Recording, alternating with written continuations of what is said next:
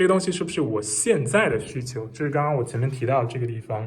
我可能读 Harry Potter， 但它可能跟我现在这个需求是完全不一样的，这是一个很重要的问题。还有另外一个点就是，世界人都很复杂，而且一直都在改变。我们学的内容会越来越难，越来越多，我们的需求在改变，我们的能力也在改变。那人跟环境都在改变，我们的时间也在变。有些时候我们有时间，有些时候没有时间。还有自律也是在变，你一段时间会自律一些，一段时间可能会没有那么自律。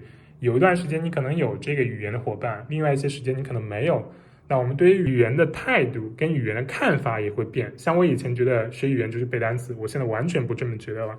这些所有的东西全部都在跟着变。那你说世界变成完全不一样的一个样子的时候，你一直用同一个方法，一直用同一种方式去解决这个问题，是不是会有点草率？是不是有可能会出现一些问题？其实还是在讲这个，你手头里面只有一个 hammer， 你没有看到你解决这个问题，其实一直都在变，有出现一些细微的差异，甚至说很大很大的差异。可是你解决问题的方式呢，没有任何的改变，这个就很可怕了。就像有些人学英文一直是背单词，一直是背单词，一直是背单词。那现在我们的问题就是学英文一直是可理解性事物，但我觉得这个不是全部的答案，它只是一个必要而不充分条件。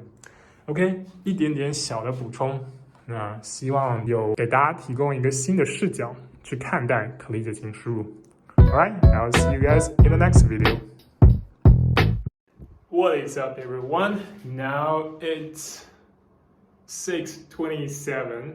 It's pretty dark outside, but I actually got up at 5:30 this morning just to make some extra content for you guys about comprehensible input theory, because a lot of people are buying into it. A lot of people are using it to study English or some other languages that they are trying to master. So this is a very important topic when it comes to picking up a new language. But I don't think this is the only answer to it. I actually think it can be foolish to believe so, because it may lead to a lot of problems. I did my map a little, as you can see this morning. It may have more problems than you might have thought of, but it's also got some valid points. Back in 2023, I've made several videos about it, so it might be better if you guys can go back and watch one of those videos to get a context, to understand what's good about it, before we talk about all the problems, downsides. So without further ado, let's fly back in time, and then we'll jump into the nitty-gritty, the problem side of it. There are many amazing non-native English speakers on YouTube. When I was watching their videos, my jaw was literally on the floor. It's been a long time since I've recorded a video, and I figured this time I'll just do it on my computer. Hey guys, I've been told that these make me look professorial, so it's the right wig to wear.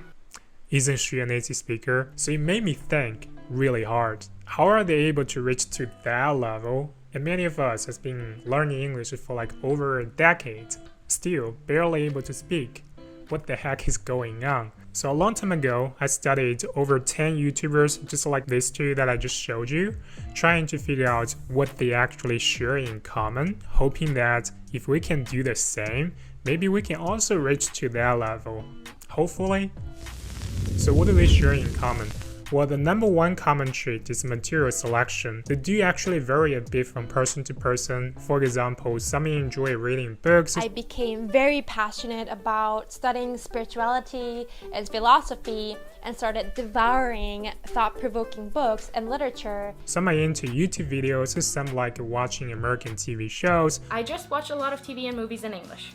Some learned English before the internet became a thing. Newsweek or something like that, like a magazine from America or maybe from another English-speaking country.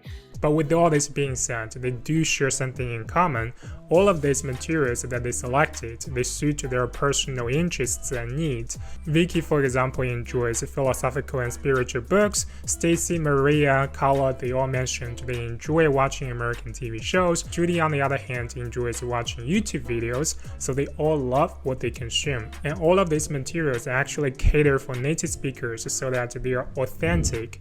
They are not textbook materials made made for second language learners, and no one even mentioned the textbooks. And somebody emphasizes the importance of comprehensibility. You don't have to understand the entire thing. If you're just reading and you don't know one word, it doesn't really matter. Common trait number 2 is a sufficient amount of input. Stacy, for example, according to her, watched pretty much all Disney movies, read a lot of children's books, the whole series of Twilight, Harry Potter, and tons of English novels. And I read them all in English, and that was actually really fun. I couldn't stop reading those. At first it was watching lots of American TV shows and just non-stop, but then it was reading. Maria, she started to Watching TV in English from the age of 13.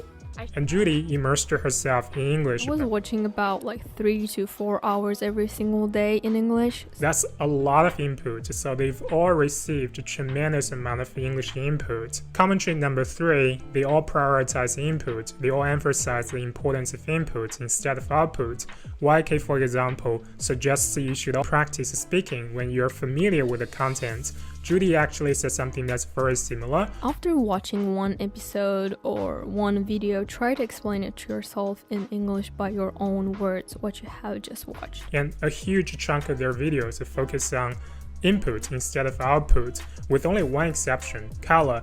In her video, half of it, she focuses on talking about how she benefited from chatting with an English boy named Adam. We talk very frequently, almost every day at some point, like 3, 4, 5 hours of Skype straight. And that's where I started to talk without even knowing what I was going to say and not preparing my thoughts and just talking, just like this without having to translate what I was going to say. But their chat is actually consistent, it's a long term, it's something that they do very frequently. So I would like to argue her success actually could be due to the amount of input that Adam provided to her. So while chatting with Adam, she actually got to hear how native speakers speak English in an authentic way. So half of her success probably comes from this amount of input that she gets from Adam. So all of this that is mentioned align with Stephen Krashen's comprehensible input hypothesis very well, which basically states language acquisition does not come from output, so you can't speak all the way to fluency. Language acquisition actually comes from input. Stacy actually has a perfect story to illustrate this point. She acquired a lot of vocabularies that weren't even taught at school by reading picture books. Snow White or Peter Pan, Little Mermaid, and Lion King.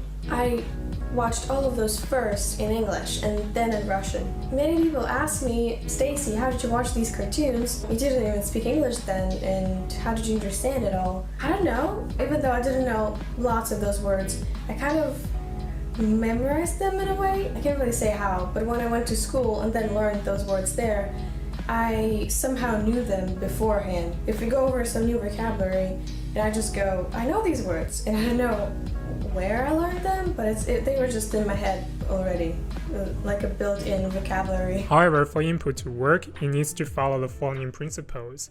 Number 1, authentic. It's gotta be authentic because garbage in, garbage out. If you consume and study textbook, you're going to sound like a textbook because that's all you know.